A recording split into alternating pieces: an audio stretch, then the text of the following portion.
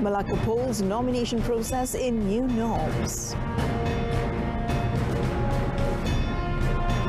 Marine Police foils sale of contraband cigarettes.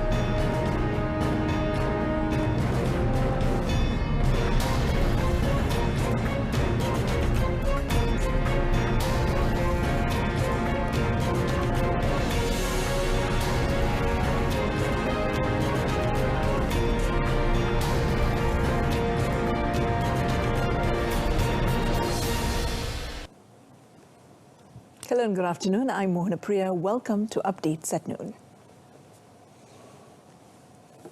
The nomination process for the 15th Malacca state election, which closed at 10 a.m. today, went smoothly. The nomination process, which began at 9 a.m. at 28 nomination centres, took place without any procession of supporters accompanying their candidates to the centres, in accordance with the Standard Operating Procedures or SOP set by the Election Commission, EC. Three of the state's former chief ministers, Datuk Sri Sulaiman Mat Ali, Adli Zahari and Datuk Sri Idris Harun, have submitted their application at the respective nomination centres. The Asahan seat, where former Chief Minister Datuk Sri Idris Harun will contest at, sees a six-cornered fight. He is going up against Barisan Nasionals of Fairul Nizam Roslan, PN's Danish Basil, and three independent candidates, Muhammad Akhir Ayub, Azmar Abdul Hamid and Muhammad Nur Saleh. Bukit Katil seat sees a four-cornered fight with former Chief Minister Adli Zahari set to take on BN's Datuk Wira Hasnur Sidang Hussein, PN's Muhammad Al-Afiz Yahya and Independence candidate Abdul Hamid Mustafa. The closely watched Tanjung Bidara state seat sees a three-cornered fight with Melaka UMNO Chief Datuk Sri Rauf Mat Yusof set to take on Parti Pribumi Bersatu Malaysia or Bersatu's Datuk Mas Ermiati Samsudin. The third candidate is local man and entrepreneur Zainal Hassan, 59, from Pakatan Harapan. Earlier, however, Datuk Sri Rauf was seen arriving at the centre with a group of supporters along with former UMNO President Datuk Sri Najib Tun Razak. The polling day for the state election is set on 20th November, while early voting is on 16th November. Malacca has 28 state seats with 495,196 registered voters. Now, police have mobilized a special team to curb elements of gangsterism throughout the Malacca state election process. Bukit Aman Criminal Investigation Department Director Datuk Sri Abdul Jalil Hassan said police had also given a stern warning to all political parties contesting to follow the instructions and rules set by the Election Commission. He said police would also make early interventions against any party trying to instigate or threaten the peace during the nomination process, throughout the campaign, on polling day, as well as after the announcement of a candidate's victory. Meanwhile, the Malacca Police Chief Dato' Abdul Majid Muhammad Ali said police would also deploy an integrated team comprising personnel from the Ministry of Health, National Security Council and local authorities in each of the 6 parliament constituencies in the state to monitor any activities which contravened Act 342. He said the purpose of setting up these integrated teams is also to provide justice and to avoid any allegations that enforcement personnel took action which was in accordance with the set rules. Dato' Abdul Majid assured that there would be no closure of the state borders as claimed, and the public could move as usual as Malacca was now in phase 4 of the National Recovery Plan (PPN), with the roadblocks implemented more focused on crime prevention. A man evaded a police raid last Friday by abandoning a lorry containing 7,400 cartons of contraband cigarettes with an estimated value of 1.11 million ringgit along the main road near Kampong Padang, Kuantan. The abandoned lorry was discovered by the Kuantan Region 3 Marine Police Force during their raid following a public tip-off. Pahang Police Chief Datuk Ramli Muhammad Yusof said the lorry was parked in an area near some bushes and the suspect, who noticed the presence of the police, fled and left the vehicle unlocked. Jadi jumlah keseluruhan yang dirampas di dalam lori tersebut adalah 148 kotak, iaitu 7,400 karton atau secara batangnya 1,480,000 batang.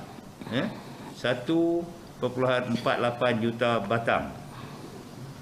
Nilai rampasan harga motor lori tersebut adalah lebih kurang pada nilai sekarang RM60,000 dan rokok tersebut termasuk cukainya adalah berjumlah RM1,110,000. Jadi jumlah keseluruhan rampasan agak besar, iaitu RM1,170,000.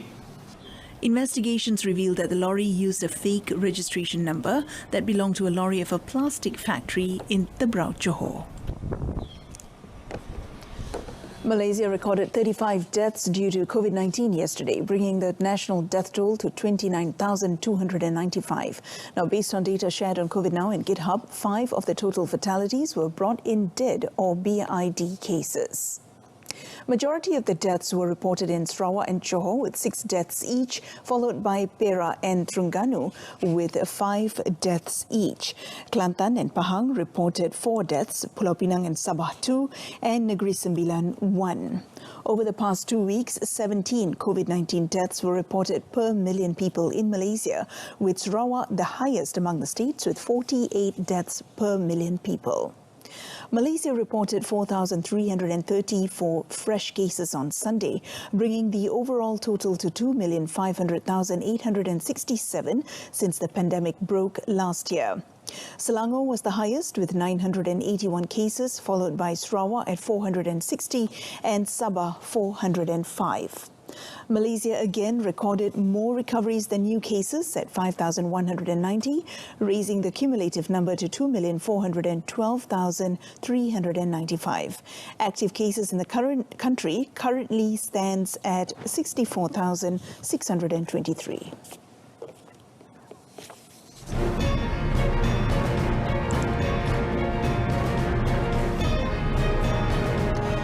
Next, 4 million ringgit allocated to upgrade Melawati Bazaar. Apa itu My Choice?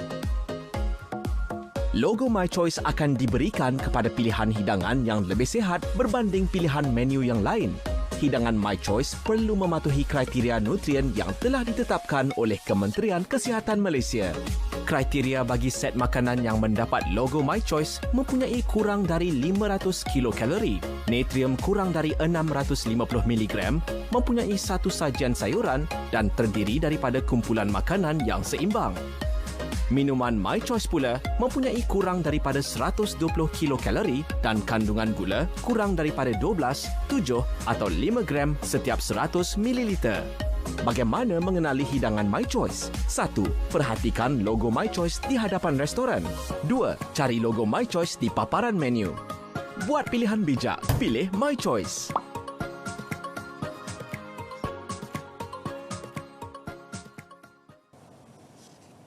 Welcome back. The Rural Development Ministry, KPLB, through the Kedah Regional Development Authority, KEDA, has spent a total of 2.5 million ringgit on social amenity projects throughout the state this year. Rural Development Minister Dato' Sri Madzir Khalid said the allocation was higher than last year, which was only 1.5 million ringgit. He said KEDA had channeled the allocation for 77 work categories, 67 of which were already completed, while the rest were currently being implemented. Among the social amenity projects are upgrading and repairing drains, repairing multipurpose halls and surau, as well as paving the parking lots at the halls. Bagaimana sampling kepada seluruh tempat ni yang sudah berusia lebih dari 25 tahun, nak buat sedikit penyelenggaraan lah, ataupun maintenance. Dan satu perkara yang harus diambil kira lah, kerana penyelenggaraan ni menjadi sangat penting, baik pulih dan penyelenggaraan. Jadi itu saya kira bahawa ada di bawah kelolaan KEDA. Datuk Sri Mahathir was met after officiating the Desa Kedah Bukit Tukang Jusoh Community Hall in Merbuk. He said the ministry would continue to fulfill its mandate to provide basic facilities for the well-being of the rural community as one Keluarga Malaysia. Now, the reason hotel guests are being assigned their rooms late, especially in Pulau Pinang's tourist hotspots, is the shortage of workers for dangerous, dirty and difficult or 3D jobs. Malaysian Association of Hotels, MAH Pulau Pinang Chapter Chairman K. Rajakumar said that due to the impact of the almost 2-year-long pandemic on the hospitality sector, many had sought employment elsewhere. Rajkumar said right now the hotel industry is in critical need of 3D workers for room cleaning because the locals are not willing to do housekeeping jobs. He added every hotel is experiencing a 3D worker shortage of 30 to 40%. Rajkumar was commenting on several complaints by the guests on social media about waiting till the evening to be assigned a room. He said the problem became acute after travel restrictions were lifted and people were coming in all at once. The other reason is the lack of foreign workers because they are now in other sectors. To overcome this problem, most hotels have reduced their occupancy rate.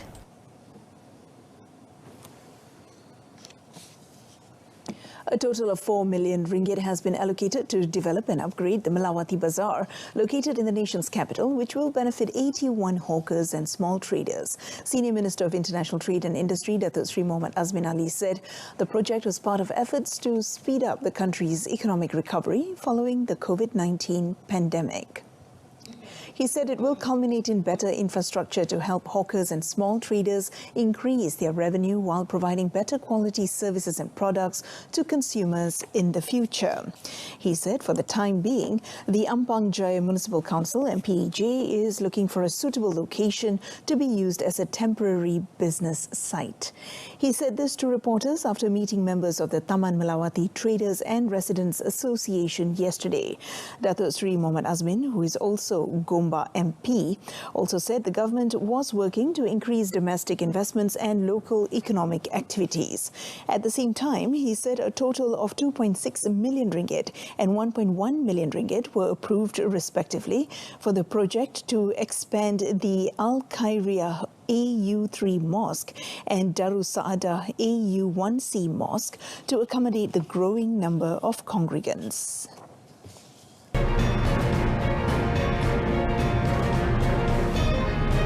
KL City and Sarawak United both advanced to the Malaysia Cup quarterfinals after winning their respective matches on Sunday. KL edged Penang FC 1-0 in their Group A clash at KLFA Stadium in Cheras, while Sarawak United overcame Sri Pahang 2-1 at Darul Makmur Stadium in Kuantan. A solitary goal in the 37th minute from Malaysia Cup's leading goal scorer Romel Oswaldo Morales was enough to propel KL City FC into the quarterfinals with their 1-0 win against Penang FC at the Kuala Lumpur Football Stadium in Cheras. The hosts won thanks to a penalty awarded for a handball by Penang FC captain Muhammad Azmi Muslim. The goal pushes the Colombians' championship tally up to 8 goals. Sarawak managed to snatch a win against Sri Pahang FC with a last-minute goal from substitute Abdul Rahim Abdul Razak, winning 2-1 away at Pahang Darul Makmur Stadium in Kuantan. The result also means that there is no chance for Sri Pahang to advance to the quarter-finals. Things began well for the home team when striker Kenjok Wal Athiu headed in a goal in the 13th minute. The hosts were unable to hold on to their lead for long as the visitors replied in the 31st minute, courtesy of Sandro da Silva's brilliant strike. The match was headed to a draw till Abdul Rahim became Sarawak's hero by slotting in a pass by Uche Akbar in the 4th minute of injury time. KL City leads Group A with 11 points, followed by Sarawak United in second place with 10 points. Sri Pahang is third with 6 points and Penang is last with 1 point. And that's it from us this afternoon. In our top story today, Malacca polls nomination process in new norms. News at 10 comes on this evening on My Free Views, Berita RTM News channel. I'm Mohana Priya. Thank you for your company.